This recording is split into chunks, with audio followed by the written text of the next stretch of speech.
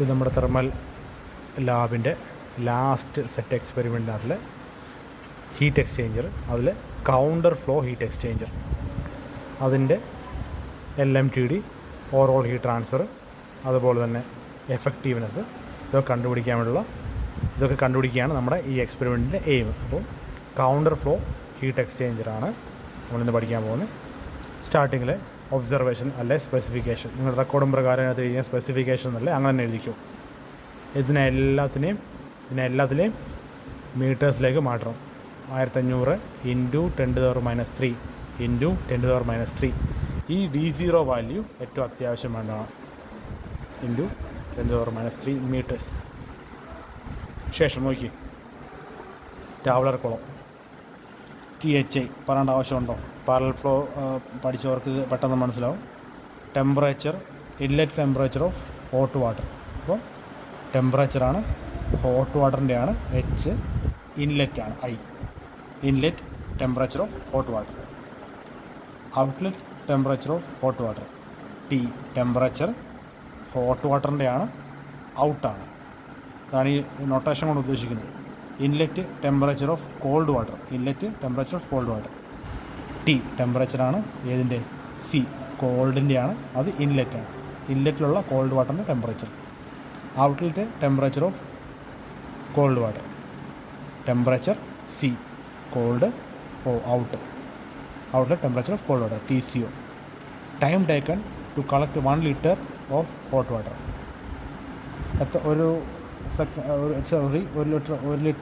Litre hot water collect ചെയ്യാം, ജാറിനകത്ത് collect ചെയ്യുമ്പോൾ എത്ര സമയം വേണം?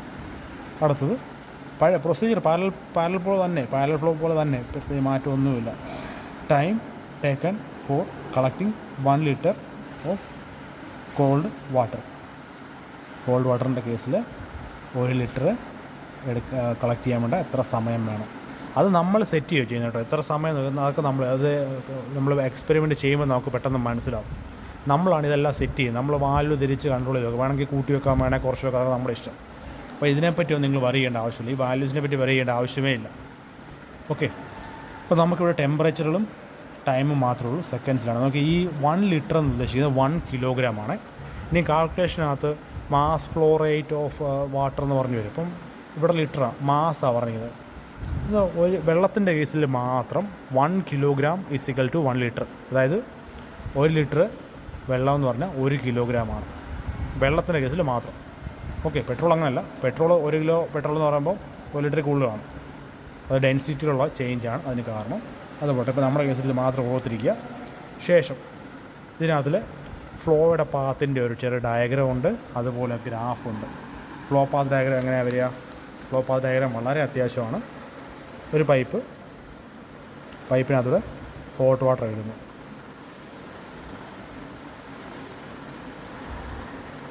അതിന് നമ്മൾ ഇവിടുത്തെ കൗണ്ടറാണ് കൗണ്ടർ ഫ്ലോ. അപ്പം കൗണ്ടർ എന്ന് വെച്ചാൽ ഇതിനെതിരെ. അപ്പം എങ്ങനെ വരുന്നു?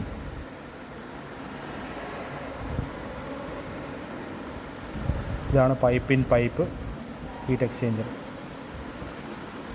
അപ്പോൾ ഈ വരുന്നതാണ് കോൾഡ് വാട്ടർ.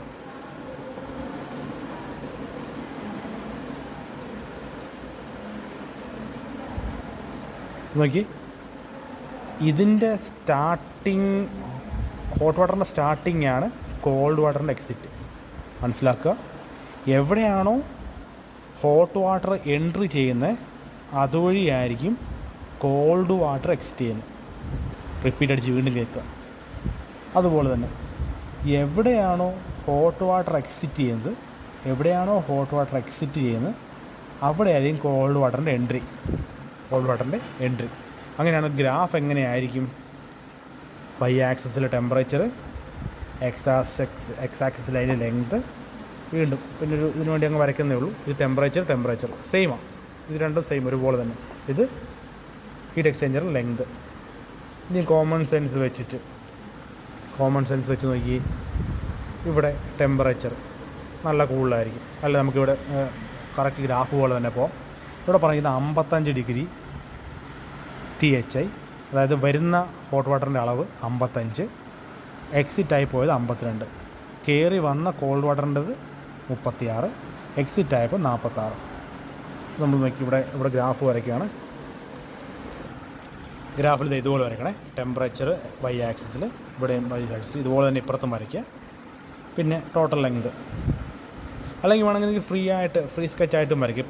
ഇപ്പോൾ ഞാൻ ആദ്യം വരച്ചാൽ ഫ്രീ ആയിട്ട് വരച്ചത്, അതായത് പ്രത്യേകിച്ച് ഇവിടെ വൈ ആക്സിൽ അളവൊന്നും എടുക്കാതെ പാരലൽ ഫ്ലോയ്ക്ക് നമ്മൾ സാമ്പിൾ കാണിച്ചില്ല. വേണമെങ്കിൽ അങ്ങനെ ഞാൻ വരയ്ക്കാം, അളവെടുത്ത് വേണമെങ്കിലും വരയ്ക്കാം, അതിൽ തെറ്റൊന്നുമില്ല. പക്ഷേ ഈ വാല്യൂസ് അടുപ്പിച്ചടുപ്പിച്ചായതുകൊണ്ട് ഒരു ഇച്ചിരി വൃത്തി കാണത്തില്ല, എന്നാലും കുഴപ്പമില്ല, നിങ്ങളുടെ ഇഷ്ടം പോലെ, തെറ്റൊന്നും പറയത്തില്ലായിരുന്നു. ഈ ഒരു കേസ് നോക്കി, THA എത്രയാണ്? കോമൺ സെൻസാണ്, 855. അത് വരുന്ന ടെമ്പറേച്ചർ, ഹോട്ട് വാട്ടറിൻ്റെ ടെമ്പറേച്ചർ 55 ആയിരിക്കും അല്ലേ? ഈ ഒരു കേസിൽ പറയുവാണ്. അത് എക്സിറ്റ് ആയപ്പോൾ ടെമ്പറേച്ചർ എത്രയാണ്? 52. അപ്പം ഏകദേശം 52-ലെത്തി.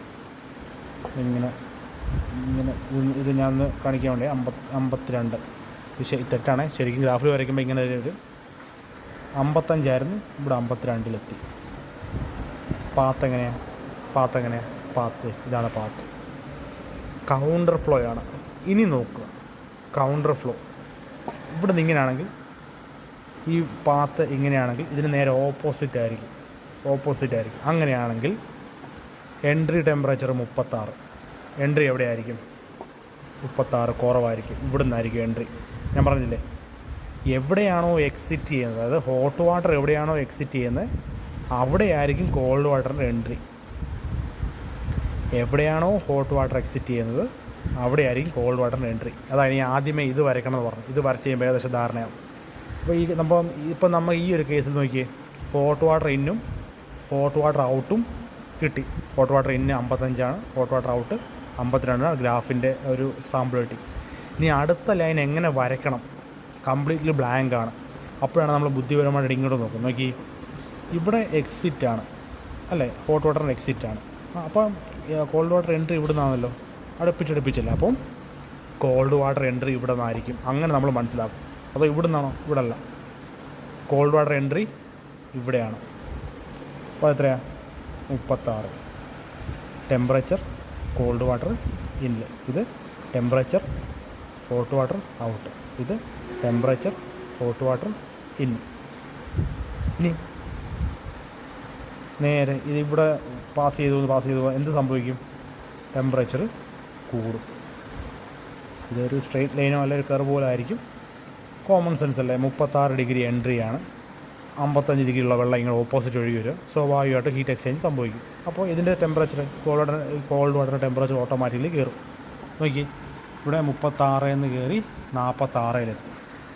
46, ഇവിടെ 45, ഓക്കെ, 46-ലെത്തി. അപ്പോൾ ഇതേതാണ്? TCO. ഇത് തമ്മിലുള്ള ഡിഫറൻസ് THO, TCI. ഇത് തമ്മിലുള്ള ഡിഫറൻസ് THI, TCO. ഇനി LMTDയിലോട്ട് നോക്കിയേ. LMTD ഫോർമുല നമ്മൾ കാണാതെ പഠിക്കേണ്ട ആവശ്യമുണ്ടോ? എക്സിറ്റ് സൈഡ് നോക്കിയേ, exit side CHO minus CHI. ഉറപ്പാണല്ലോ, എക്സിറ്റ് സൈഡ് ആണല്ലോ. CHO മൈനസ് CHI ഒരുമിച്ച് നോക്കി. Starting CHO minus CHI. Exit സൈഡാണ് ഈ കാണിക്കുന്നത്. എക്സിറ്റ് സൈഡ് ആദ്യം എക്സിറ്റ് സൈഡ് വേണം എഴുതാൻ. CHO മൈനസ് CHI മാറിയോ? ഇല്ലല്ലോ, പഴയതുപോലെ തന്നെയല്ലേ. മൈനസ് CHI മൈനസ് TCO അല്ലേ? THI minus TCO. ഇത് നിങ്ങൾ ആലോചിച്ച്, ഇത് രണ്ടും അപ്പുറത്തും ഇപ്പുറത്തേയും കാണാതെ പഠിക്കേണ്ട അവസ്ഥ. അതൊന്നും ഇത് മനസ്സിലാക്കിയപ്പോഴോ സിമ്പിളല്ലേ. ഇത് എൻട്രി സൈഡ്, ആദ്യത്തേത് എക്സിറ്റ് സൈഡ്, ഇത് എൻട്രി സൈഡ് അല്ലേ? എൻട്രി സൈഡ് എന്ന് പറയുന്നത് CHI minus CHO. CHI minus CHO ആണല്ലോ, അറിയില്ലല്ലോ. ഇതാണ് LMTD, logarithmic mean temperature difference